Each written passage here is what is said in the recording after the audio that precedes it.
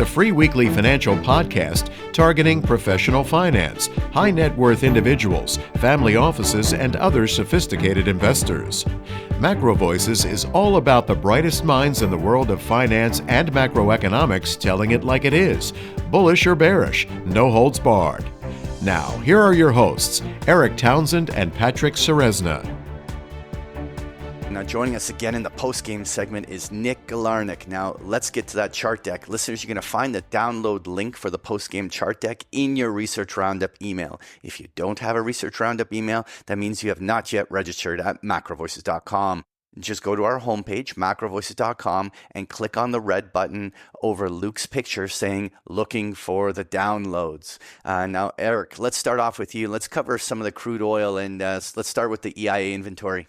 Patrick, crude oil was down more than 5% on Wednesday and kept moving down on Thursday morning, breaking the upsloping channel that it was trading in. EIA inventory is only part of the explanation. This story starts with the OPEC Plus meeting. No change there. As expected, OPEC did not change their production quotas. Basically standing pat, no change. However, Russia, which had originally said that they were going to place a ban on exports of finished products such as gasoline, now they're saying maybe they're not going to do that. So even before EIA inventory came out, that resulted in a little bit of fear that maybe there's going to be too much gasoline on the market as Russia begins exporting gasoline. Then EIA inventory came out. Crude oil drawing down 2.2 million barrels. Cushing, Oklahoma building 132,000 barrels. Well, a build is awfully nice in Cushing because we're running out of oil there, but it's a de minimis build at 132,000 barrels. We've been having million-barrel drawdowns. We really need some big builds to make up for that. But here's the big one on the board. Gasoline building 6.5 million barrels, way beyond consensus expectations. On the back of the Russian news, this is being interpreted to mean that there has been a complete collapse in demand for gasoline in the United States, signaling the beginning of the recession that everybody has been waiting for. Now, personally, I look at these EIA numbers and I sometimes wonder how accurate the counting is, so I'm inclined to wait and see what next week's number looks like to see maybe what came in this week will come out next week. In any event, what's panicking the market is the perception, whether it's right or wrong, that there has been a complete collapse in gasoline demand. Distillates, meanwhile, drawing down 1.3 million barrels, with U.S. production remaining unchanged at 12.9 million barrels. So now the big risk is whether the stock market is going to dump on those same recession fears and bring about a trend change in crude oil. As of Thursday morning, well, we broke well below the channel. We broke the 34-day moving average. We broke the 55-day moving averages, got down to almost the 5-month moving average, seeing a little bit of a bounce on Thursday morning. I think there may still be lower to go, but at some point I do expect a resumption of the crude oil rally unless we really are going to drop into recession. So I'm watching the stock market as confirmation to see if this really is a big recession event or if it's just a short-term panic and the rally is about to resume. Now I want you to think about the scenario that Luke Gromen described in the feature interview. That is the scenario of Putin weaponizing oil prices this winter. If he were to do that, presumably he'd probably aim towards doing the most damage, i.e. the highest oil prices, right in the dead of winter, let's say around mid-February. Well, what else happens around mid-February? That's when the March futures contracts expire. On Wednesday morning, I bought 100-strike calls on the March 24 crude oil futures contract for a whopping 86 cents per barrel. And on Thursday morning, those same calls were selling for below 75 cents. I think that's an absolute bargain because when you consider the asymmetry of this trade, your maximum downside is 75 cents or 85 cents, whatever you paid for the call. If we see a weaponization of oil prices take us back to $130, $140, as some people are predicting, that trade is I don't know what it works out to be, 50, 75 bagger, something like that. Huge upside, and your downside is less than $1. You risk more than that on any reasonable futures trade. So I think it's just an incredible bargain, and I don't think it's a lottery ticket trade because I think that the risk of Putin weaponizing oil prices is considerably higher than lottery ticket kind of probabilities.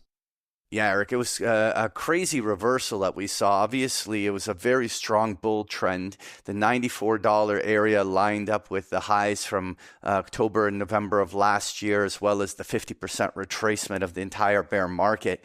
But the selling came in very hard. And I mean, we're now just a stone throw away from giving back half of the gains. What's going to be really interesting for me is when we now trade toward this $80 area. Let's call it the 80 to 83 zone just here in the next few dollars. If this was and is still the bull market that I think it is, we should see buyers come in here and buy the dip right in the zone.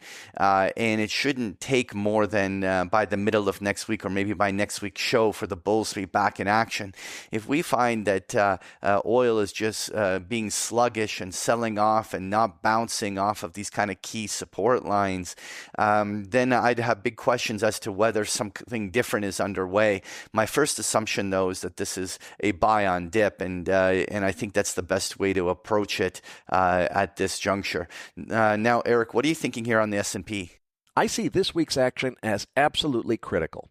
As you heard in the interview, we took out the 61.8% Fibonacci retracement level of the overall bear market during Luke's interview. The 200-day moving average is next. If we take that out, it seems to me that the bear market is back on in spades. But I'll leave it to our technicians to opine in more detail on what's coming next. Obviously, we saw a bounce on Wednesday, but is that going to hold or is it just a dead cat? Well, time will tell. Yeah, Eric, I agree with you on many of those. I want to first, though, get Nick involved in the conversation, and then I'll talk about some of these levels. But Nick, what levels are you watching, bud? Spot price right now in the S&P 500 is 42.60. We have a call wall above at 4,300 and a put wall just below at 4,200. The implied move for the October 20th OPEX is plus minus 130 points. So the upper expected move is 43.90, and the lower expected move is 41.30. Again, key resistance above is at 4,300 where the call wall is. We have support just below at 4,250 and then 4,200. I'm inclined to think we see some upside in the short term before resuming downside. Again, typically you don't see sell-offs where we go in a linear fashion to one direction. So we're now down about 7.5% from the year highs. We hit a low of about 8.5% to the downside from the year highs as well. We're up about 1% from that level now. And it's possible we push that 43.50 mark before resuming downside. I'm not really bullish at all long term, but again, it's important to not be too bearish in the short term. If you're hedging longer term, that's fine, but taking these short term bets, trying to predict market direction is very difficult in these times.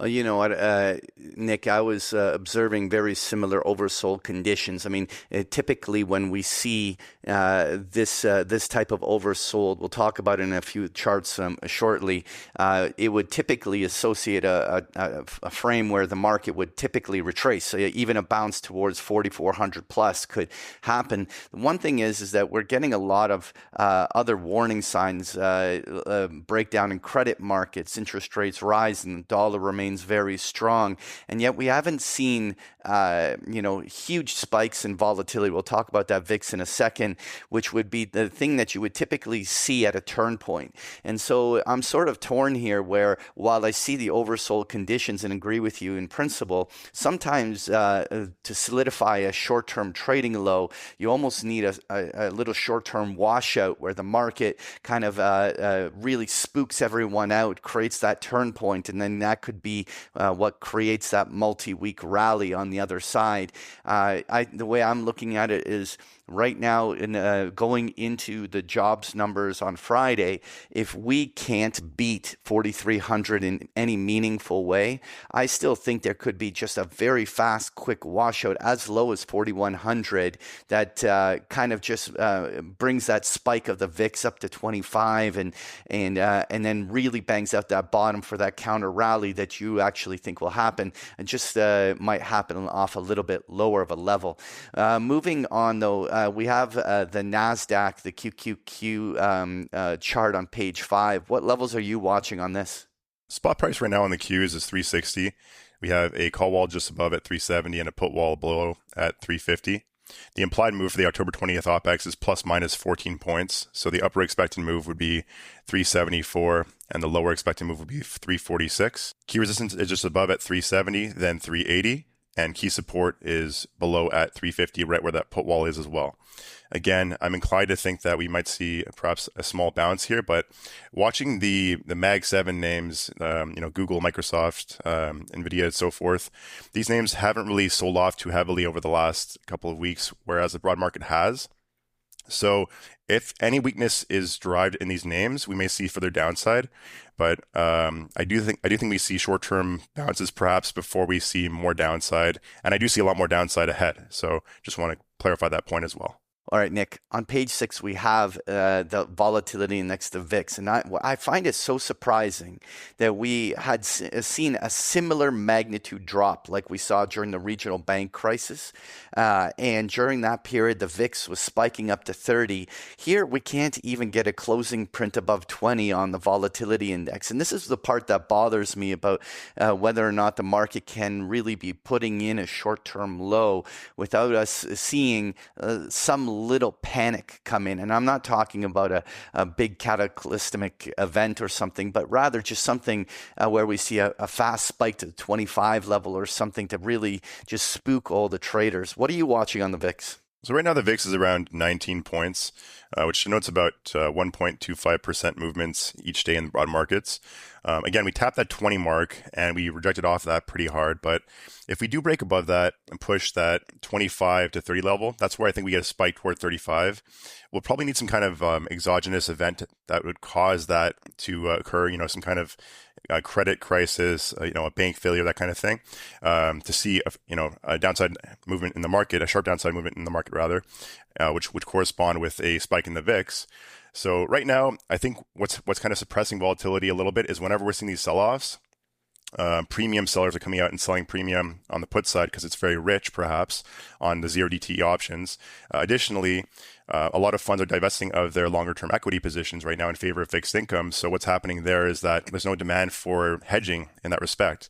So the demand for buying puts is not there. So therefore, the volatility index isn't going to spike as hard because the VIX is predicated upon average 30-day option activity on SPX, right? So short term, I think we may test that 20 mark, but I do think we need some kind of event to actually trigger a pop to 25 or 30 perhaps.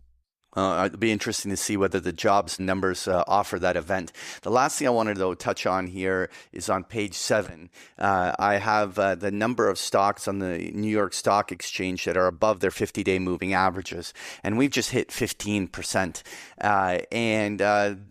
Whenever we get this oversold, at least in the last few years, it is very close to where a tradable low happens, and this kind of supports your idea that we could see a market bounce. We are definitely oversold. We had a very big move, and the typical reaction is for the market to bounce. I just think that maybe we first go down before that bounce really engages. Yeah, Patrick, I'm in agreement there. These rapid rallies that occur during bear markets, they happen out of nowhere and they catch a lot of people off guard. So it wouldn't surprise me at all to see a 3 to 5% move to the upside before a decline. But again, I'm more bearish overall.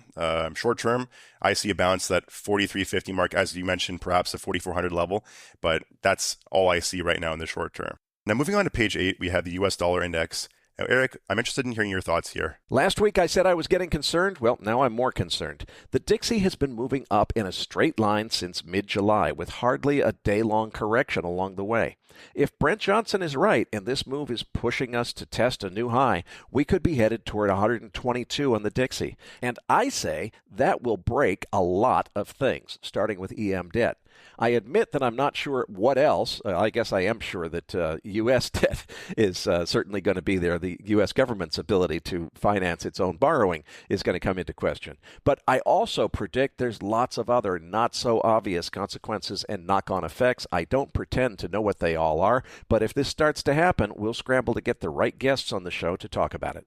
Yeah, the view that the U.S. dollar index can, clear the 115 level or head up to 120, while I think that it could be a story for next year, I think on the short term, we are seeing some pretty overbought conditions. The yen is, the U.S. dollar yen's approaching 150, where there's speculation of intervention. The euros and the pound sterling both very oversold.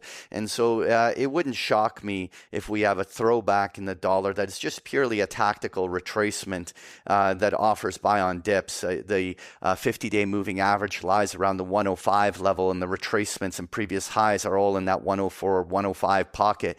So I'm thinking here, if we pull back one or two handles on the downside, it probably will offer a compelling buy on dip, but I'm slowly and cautiously waiting to see whether or not the dollar pauses here in that advance. Now, moving on to page 9, we have the gold futures chart. What are your thoughts here? The weakness in gold is entirely about the dollar and interest rates backing up, with the 10-year nearing 5%. The next obvious support is the March lows at 18.15 on gold, but if the 10-year really is headed towards 7%, as some people are starting to suggest, gold could still have much lower to go. And if the stock market crashes, it will take gold with it, at least initially. Gold really is holding up pretty well considering rates, but where are rates headed next? I still have max conviction that when the Fed is eventually forced to reverse course and cut rates, gold will soar.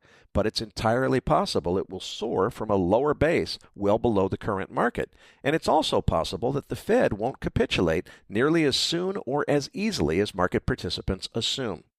Eric, from a price action perspective, gold is incredibly weak, but it is actually finishing what we call a measured move on the downside, approaching some interesting supports from its March lows. This is also a market that could easily bounce, particularly if we see a swing high of some form on the dollar, and we have, let's say, a 1 week or 2 week pullback. That would offer an opportunity for gold to bounce back toward 1900. But I think it is reasonable to assume that gold may need to go through an extended bottoming formation or basing formation before it can establish a new uptrend. So I would not trust any short-term rally and still be looking for some more retesting that could maybe even go as low as 1800. In the bigger context, I think that's going to be actually a very interesting buy on dip opportunity in there, but I don't see an imminent reason why gold should start rising other than just a very oversold bounce that it's now overdue for.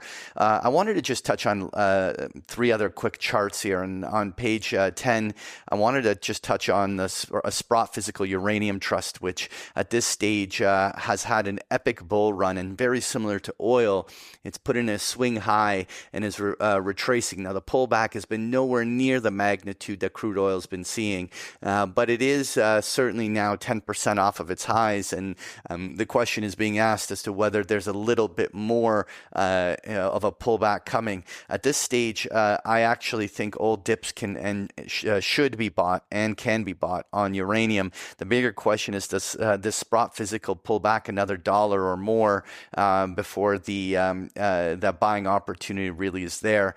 On the page 11, I wanted to also just touch on the RBOB gasoline futures. And when we were looking at oil and the pullback in oil, it looks nowhere near as ugly as this November contract on gasoline. And we were at almost $2.70 a gallon, and we wiped out down to $2.20, a 50-cent pullback that has now got it back into the dead center of its 2023 trade range before the breakout. It just gave everything back. And to me, anything that can have this magnitude of selling is a warning sign that at least some sort of an intermediate high may have formed. Again, when something is this oversold, we could easily bounce back to 230, 235. But that's where the previous highs from 2022 and 23 were. And that would be a place where I would now start looking for gasoline futures to have some resistance as we move forward. Moving on to page 12, I really want to just touch on junk bonds. And on what we have here is a material breakdown in junk bonds as credit spreads finally started to rise. This, to me, was the canary in the coal mine of when tight credit conditions would get into these high-yield bonds. And to me, while the damage has been done in the Treasury bond market that Luke was talking about earlier in the interview, to me, this is really where the stresses on the stock market will become evident. If this junk bond breakdown continues, I think that this is quite bearish for the equity markets, and it should not be ignored. Folks, if you enjoy Patrick's chart decks, you can get them every single day of the week with a free trial of Big Picture Trading. The details are on the last pages of the slide deck, or just go to bigpicturetrading.com.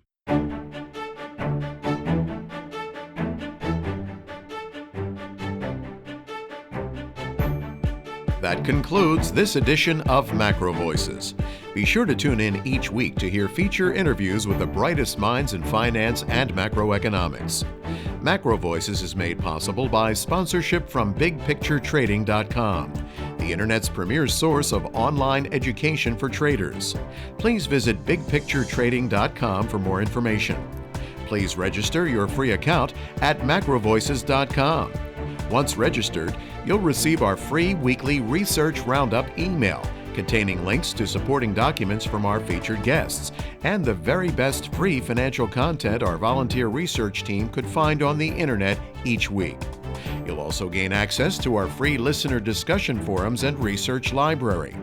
And the more registered users we have, the more we'll be able to recruit high-profile feature interview guests for future programs. So please register your free account today at macrovoices.com if you haven't already. You can subscribe to MacroVoices on iTunes to have MacroVoices automatically delivered to your mobile device each week free of charge.